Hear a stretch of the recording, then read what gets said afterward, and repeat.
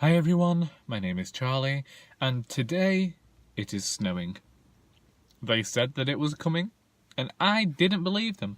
I won't lie, because there was a very, very nice blue sky yesterday, and Saturday, and Friday, and I thought, well, here we go. It might be freezing. It might be so cold that I was wearing my hat, scarf, and coat inside the shop. But for all intents and purposes, I thought spring had arrived. Now, I've had a bad bit of parking this morning, and the snow, bloody snow, has decided that it's going to show that to everyone, because you can see exactly where I have attempted and failed at this bay park. And yeah, I think that I tried to fix it at some point, but I'm probably diagonal in this space, and all I can hope is that my driving instructor does not watch these videos, because it's not been a year and I'm already reaching the stage of like high-end disappointment.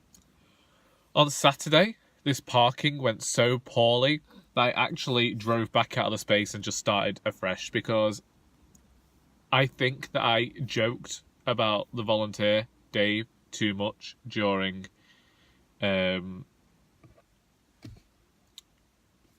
December. I mean, I probably shouldn't be giving out details of people who work at the shop, and I just hope that nobody I work with sees this and I end up fired, because that would actually just ruin my year. I mean, there's not much else that could go wrong. You know, I've had the father in the hospital, my laptop's died, and I'm making subpar videos on my iPhone, and also drove my car into the wall at home and have scraped all the side. So the Fonz is now scarred. He has lived for 14 years with no scars at all. Comes to my house, poor bastard. Yeah, so the sky is actually full of snow. As I'm watching now, I'm just watching a plane drive straight towards this cloud of snow, and now it's gone, and it may never be seen again. It may disappear. We may discover that all of the people on that plane have been kidnapped and are now being used as slaves by Santa Claus. And I hope that all of you are happy. Your Christmas is built on slavery. Anyway, I was going to say some other things. What else was I going to say? I was going to mention about the fact that I read 3 books yesterday. Well, technically I finished 1 and read 2, so I want to talk about them before we do like the final like wrap up thing where I'll talk about them all more in depth.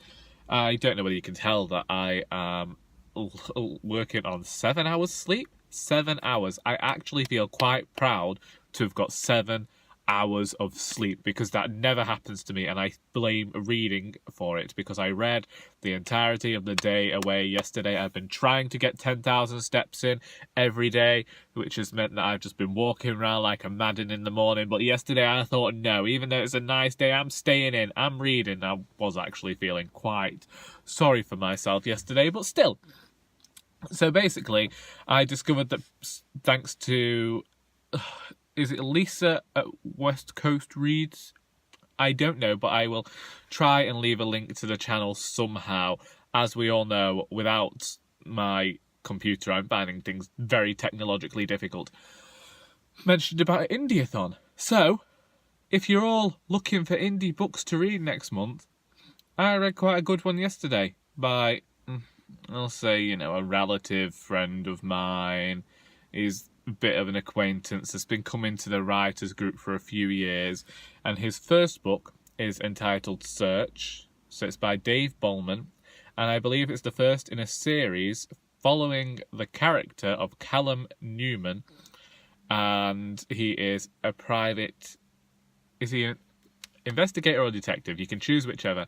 And basically, this book, for me, did everything that I wish the Robert Galbraith books by Robert Galbraith had done. And I read this for the most of yesterday. I finished it about 4 o'clock. It's 300 and something pages. And it had intrigue and a murder. There were, like, as an indie author myself, seeing that there were a few, like, you know, little errors in there that maybe could have been fixed. But I know he had it proofread. I know he had an editor. And I know that otherwise, it's quite the good book. I'm going to talk more about it in the wrap-up, so I'm not going to mention it all here. But if you're looking for a book, that one. And then I read Death of a Cad by MC Beaton.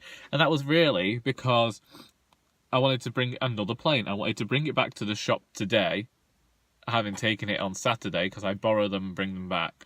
And so, yeah, I finished that one in about 2 hours. It's the second book starring Hamish Macbeth. You might remember the TV show from the 90s with Robert Carlyle. And Lord, do I think these books aren't good.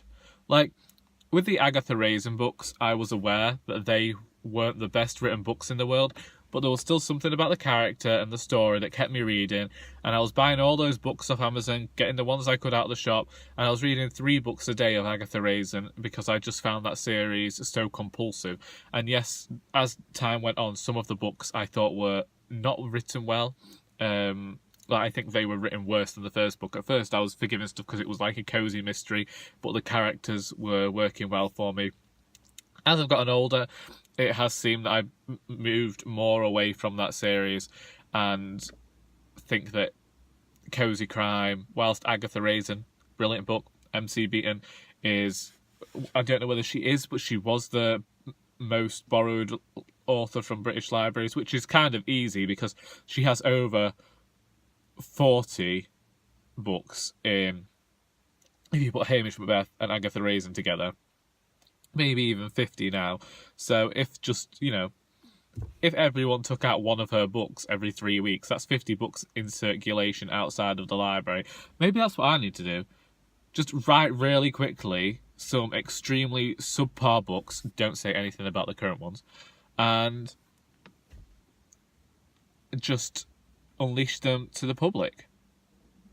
Good idea. I mean, libraries have been quite supportive of my books. Libraries let me go and hog their time and space, and they give me coffee and let's not exalt library. Well, let's exalt libraries. They're brilliant places. You should all be going there. I did a bit of an unhaul yesterday as well. Only 4 books and then 2 possibles. The 2 maybe books, like the 4 were just books that I borrowed from the shop and realised I'm not going to read. But the 2 maybes are Americana by Chimamanda Ngozi Adichie and The Secret History by Donna Tartt. And I'll give reasons why I'm thinking of getting rid of them both. Basically, I've owned them both for over 5 years now, and I have not read either of them. I have started them both and got a considerable way through them both and stopped. And I don't like Donna Tartt. The book that I've got there, like I say, is A Secret History. I've read The Goldfinch, I Gave Away the Little Friend, and The Secret History I know everybody loves. And I can't help but feel like How to Get Away with Murder stole a lot from that book because I know kind of what the story's about. But I'm just not able to get into it. I'm not able to immerse myself in that world, and I don't know why. And Americana is a completely different thing in that I just feel like the writing style is good. Like, I enjoy the writing, and I feel like it's a book that I'm going to enjoy overall, but I've reached the same point just before the 100-page mark. It's the last chapter before we hit page 100, and I just stop, and I can't get into it. And I don't know whether to do the Andy Taylor thing. Is it Andy Taylor? Andrew Taylor? It's not Taylor. It's Miller. Tell you, getting up this early in the morning is a bad decision. The guy whose book I read last year, where he says to read 50 pages anyway, and just read 50 pages and go on that way. So, yeah, I might do that. I'm not too sure myself. I've rambled on for 10 minutes now. Also, my dears, I sent out a little tweet the other day talking about how I've had a struggle in figuring out just what laptop to buy because I am a bit technologically inept. I don't know what voice this is, so we'll just stop. I don't know where it came from. And as I am somewhat technologically inept, I was asking someone for recommendations for a laptop. What sort of computer should I go out and buy? And none of you replied, which, it just goes to show that really Twitter is not the be-all and end-all of communication, and I should have just stuck with what my good friend Lindsay said. But, yeah, give me your recommendations. Tell me what to do. If the snow currently looks like dandruff. My car park looks like it's covered in dandruff. But yes, please send me recommendations for laptops down below. Tell me whether I should continue to try and get into Americana and the Secret History. And yeah, it's Monday. And this is what I do on a Monday. I get in my car and I ramble. And I don't talk about half the things that I thought I would talk about. One day, I will have a new computer, which will mean that I will be able to edit videos on there, which will mean that I will be able to incorporate bookshelves again behind me, because I haven't read any books off those shelves this year, and I can't help but feel it's because they're not behind me in all my videos anymore. I feel like basically my car has replaced my bookshelves. Like Holly Willoughby replaced Fern Britton. And I am just not sure whether I am happy. Well, no, I'm happy with the new co-host.